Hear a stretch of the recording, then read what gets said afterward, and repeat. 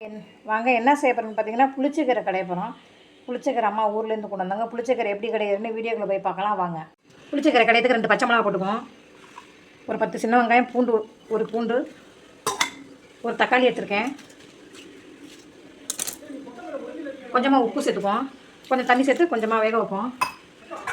பருப்பு வச்சு எடுத்துக்கலாம். ஒரு 3 விசில் வச்சு இறக்கி கடைஞ்சிக்குவோம்.